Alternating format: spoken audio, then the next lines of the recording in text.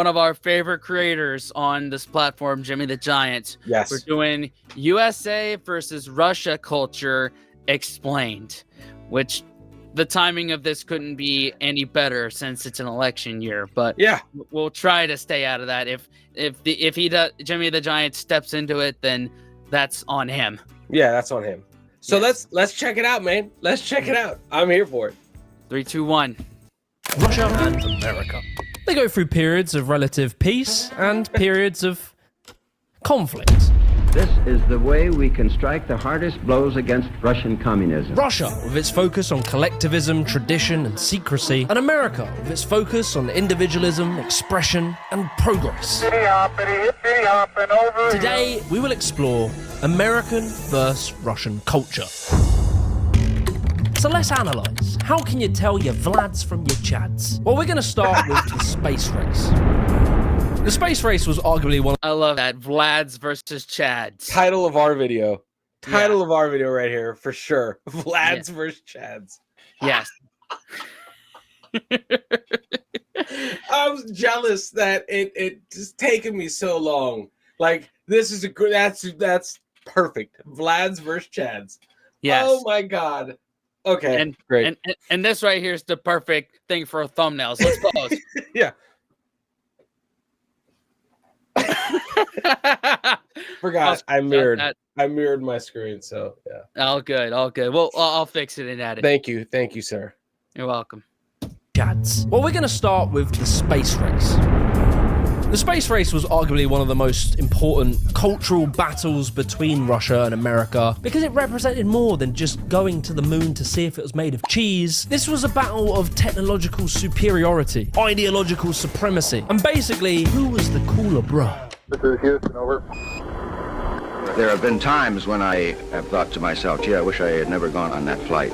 Buzz Aldrin. Buzz Aldrin was the second man on the moon. We're not going to talk about Neil Armstrong because he's kind of boring, I'll be honest. Buzz Aldrin, when you would... And not related to Lance Armstrong at all. Or Buzz Lightyear. At all, Or guys. Buzz Lightyear. See him in interviews was always very expressive and he had a very confident personality. How disappointed were you that you were the second man on the moon and not the first? I like to be associated with the fact that I was on the first lunar landing mission instead of being the second man to walk on the moon. He would often talk about his feelings and what it felt like. Was he scared? I did feel very much on stage, 240,000 miles away. And on top of this, he had the very classic American pioneering spirit, you know, going out, adventuring, conquering the world. He was pretty much a classic American man. But then, over in Russia, you had Yuri Hahari. The Russian Tu-104 touched down on London Airport. Among its passengers, one of the world's most famous men, Yuri Gagarin. Yuri was the first man in space. His personality was very different to Buzz. He was calm, poised, and very modest. Despite his extraordinary achievement, he never really played himself up. I mustn't be a monopolist. Other people must also get the chance to make flights into space. He was basically downplaying his own individualist achievement and highlighting that this was an accomplishment of the Soviet people. Muscovites can look aloof, standoffish, some even say unfriendly. Russians aren't known to smile a lot. In public, most of them put on a poker face. So why is that? Russians can often be caricatured as very stern, very unemotional, very calm, modest. Because winter lasts so long and there's no sunshine. If they're not smiling, they're in a bad mood. That probably means that most Russians are in a bad mood. It has to do with the uncertainty in this country. That's why people here always look so unfriendly. And within Russian society, it's often seen that people who are too charismatic were kind of viewed as being a bit self-centered and overly individualistic. AKA the opposite of the United States, what I'm sure he's going to get into. But yeah, I ain't never seen a happy Russian ever. Well, the happiest Russian I've seen was Trololo guy. Yes, 100%. You know, but how do I say this, man? You know, Russia and U.S., completely different upbringings and histories. I feel like they have every right to kind of sort of be meh at times, even though the hardest partiers are probably Russian. I think that's undisputed.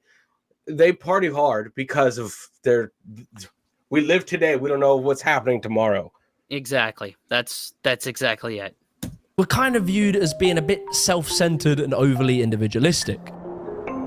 Whereas in America, it's the opposite. Oscar winner George Clooney, sexiest man alive, 1997. Basically, I'm here to announce that we're building Iron Man. This has been a secret project we've been working on for a long time. Man, I'm pretty. Americans love drama. They love personal accounts. How did it feel when you did the thing? Were you scared? Were you nervous? The founding principles of America were based on free speech and free thought, meaning that one of the most important things is your opinion and your thought. How do you know what's good for me? That's my opinion! So it's really interesting when we look at these different attitudes towards charisma, expression, and kind of wondering why are they so different. There is a few very key things you can point to as to why Russians are so unexpressive. One of those things is the cold. Russia is cold as fuck. It can get to like -50 in the winters. All you got's a bottle of vodka, a bowl of shy, and a kiss from your babushka. This sucks. I hate it here. Shut up. Drink wolf milk and watch Russian cartoons. You kind of just have to accept your situation is shit and be a bit stoic about it, not complain and not be too expressive, crying and saying how hard life is. On top of that, Russia has gone through many changes of leaders. From the Mongols to Napoleon and the USSR, they've had brutal dictators and kings, etc., that have treated the people terribly. In the early 1930s, millions of Ukraine's people died in a devastating famine. The existence of the famine was denied by the Soviet Union. Historians in Russia and the West disagree as to whether the famine was man-made and if it was a deliberate attempt to eradicate Ukrainian independence. And so this leads us to the core difference between Americans and Russians. And these can be understood as collectivism versus individualism, and their respected political movements, communism and capitalism. Russia has a long history of being ruled by Tsars. Basically, most people were called serfs, which were just average plebs. They'd work in the horrible cold weather for long hours for literally no money. They were the property of the owner of the land. They were bought and sold along with the land in a system called feudalism. In this life, you don't matter. The only thing that did matter was your community. In order to survive in these harsh conditions, they would have to work closely as communities for everyone to survive. Whereas in America, there was a very different story happening. America at the time was basically the Wild West. No, in fact, it was the Wild West. Yeah. Big enough for the two of us. In America at the time, you were really free to do anything. And you might not be successful, but you could attempt to go and make anything you want. And one of those things was money.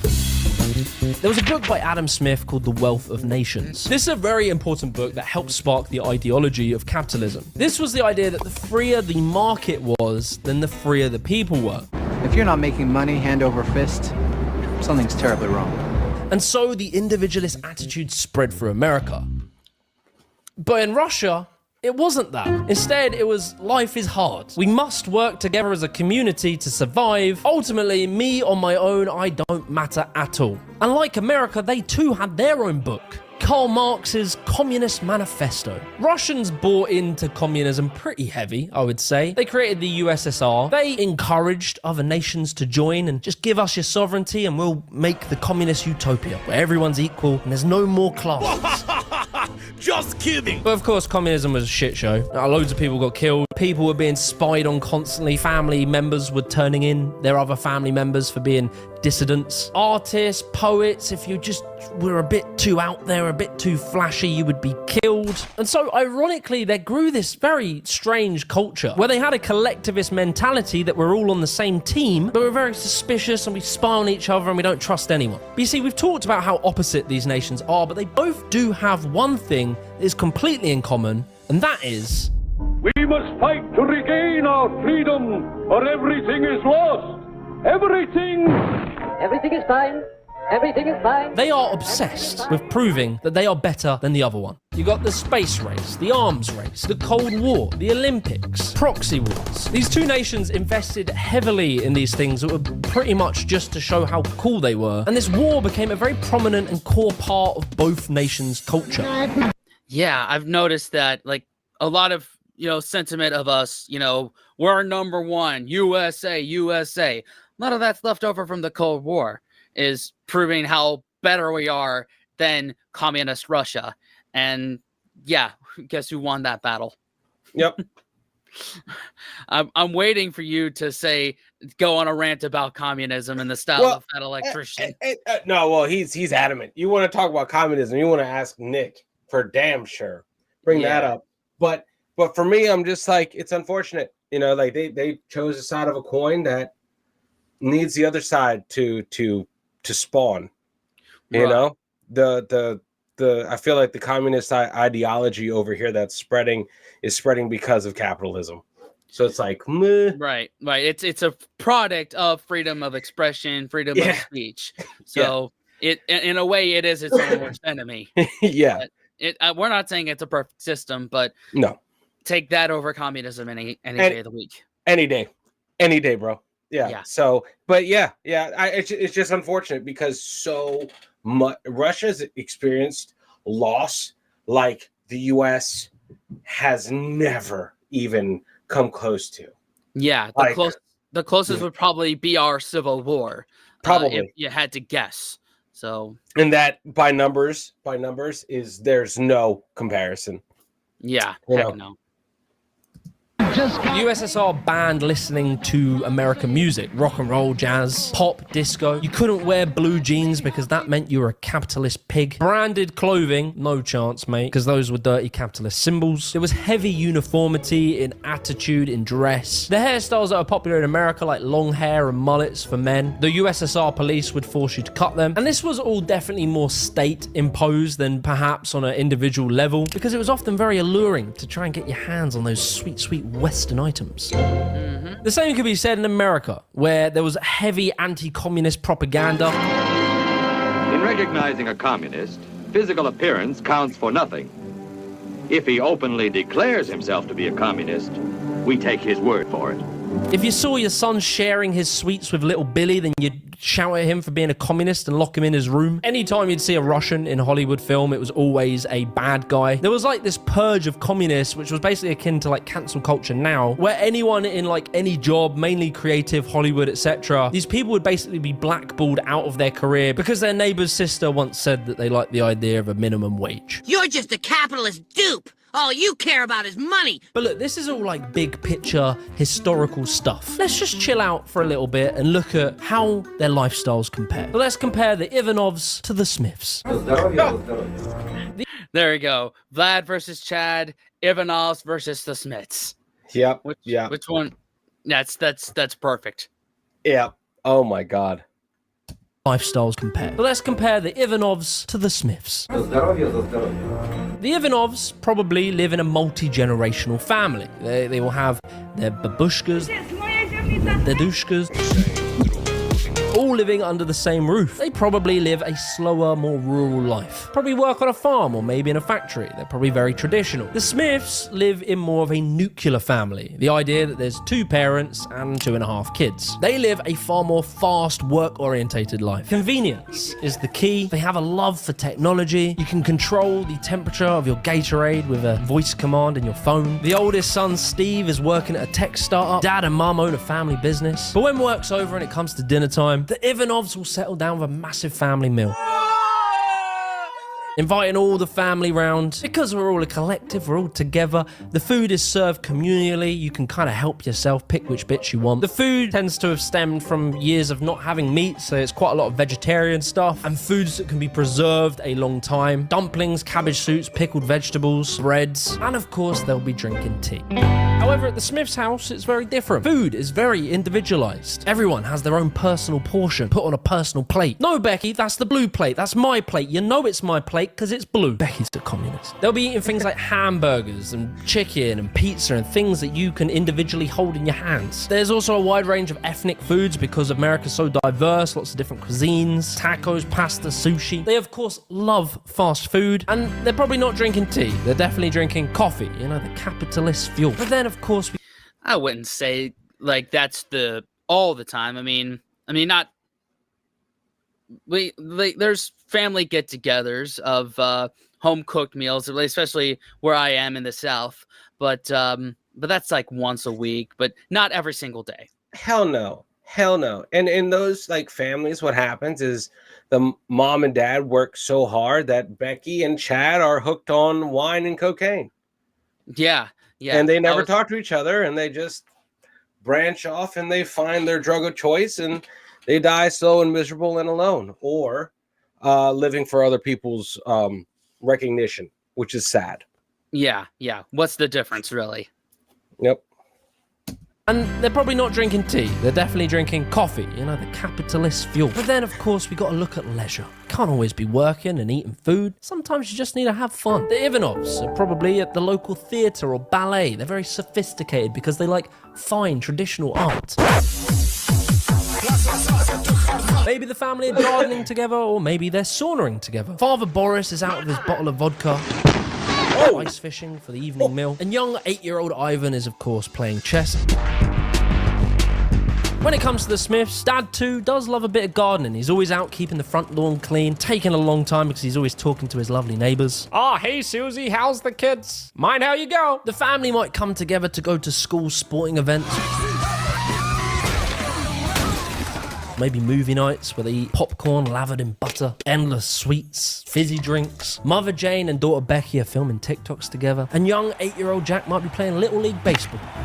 And so look, I'm of course making vast generalizations. There are definitely lots of Americans who live very rural, very traditional lives. And there's definitely Russians who live in modern cities and are very tech savvy and money driven. But it is interesting finally just to think about how these two mentalities have spread across the world. If we take the Eastern Bloc, which is between Russia and Europe, we can really see this as a tug of war between very Western American ideals. Russia invaded Ukraine. Democracy paves the way for the rule of law and to the key principle of our conference: every person matters. And very Russian Eastern ideals. Belarus is not what you might think. The basic principle was this: Lukashenko promised political favors to the Kremlin and to Russian businesses, and in return he received gas and oil at sub-market prices. A lot of the nations have embraced more Western attitudes towards capitalism and have been seeing lots of growth and lots of success after the USSR fell. And Russia doesn't always love that.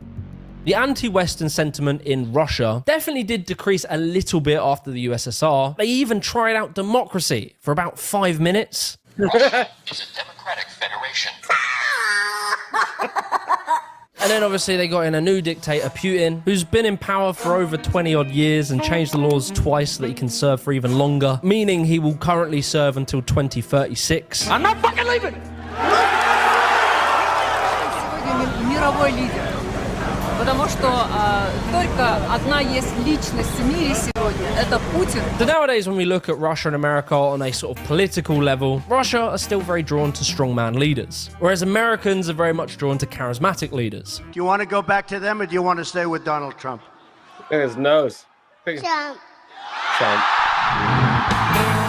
Russia has very heavy moderation, they have no free speech. They very much embraced a uniformity of opinion and just a trust in the Russian state and the Russian leaders. America very much still believes in free speech to the point that it has led to a very deep divisiveness. So it's really interesting to think how culture might evolve in 10 years, with these developing nations rising and being more tied with Russia, but also America always being the cultural powerhouse and having tons of influence. So I guess we'll see if hamburger sales or vodka sales go up. All right, there you go. That's the determination of who is the better nation. Burgers, vodka. First vodka. Yeah, it's interesting because there are vast generalizations. Right. I feel like I have a grasp on why Russians are the way Russians are, and as a big blanketed understanding that is a generalization as well. Just because of their history and their sort of not knowing what's to come. Yeah, and their climate. And their most climate. of them is cold. And that plays a big part. Where we're about freedom, we're about individual expression, give you an equal opportunity, not equal results. Yeah, where it's an equal opportunity, Russia is interested in equal results. Yeah. So we'll see. I feel like this is an interesting time to be alive right now. It's shit's popping off all over the place. So it's gonna be interesting because talk about being thrust right back into the limelight is good old Russia and the U.S. again. Yeah. Seeing what we do. Yeah. We could get into that, but we don't want to divide our audience any more than it already is. No, but it's good. It's good. It's this good. I think he did a good job generalizing. You know, because that's all you really can do when you tackle a topic this massive. Yeah. There's more that you can get into, and you're definitely gonna miss details just doing a 15-minute video. Yeah. There's a big generalization of the subject. It's a good entertaining video that sparks conversation, but not a TED talk. So we're good. Right.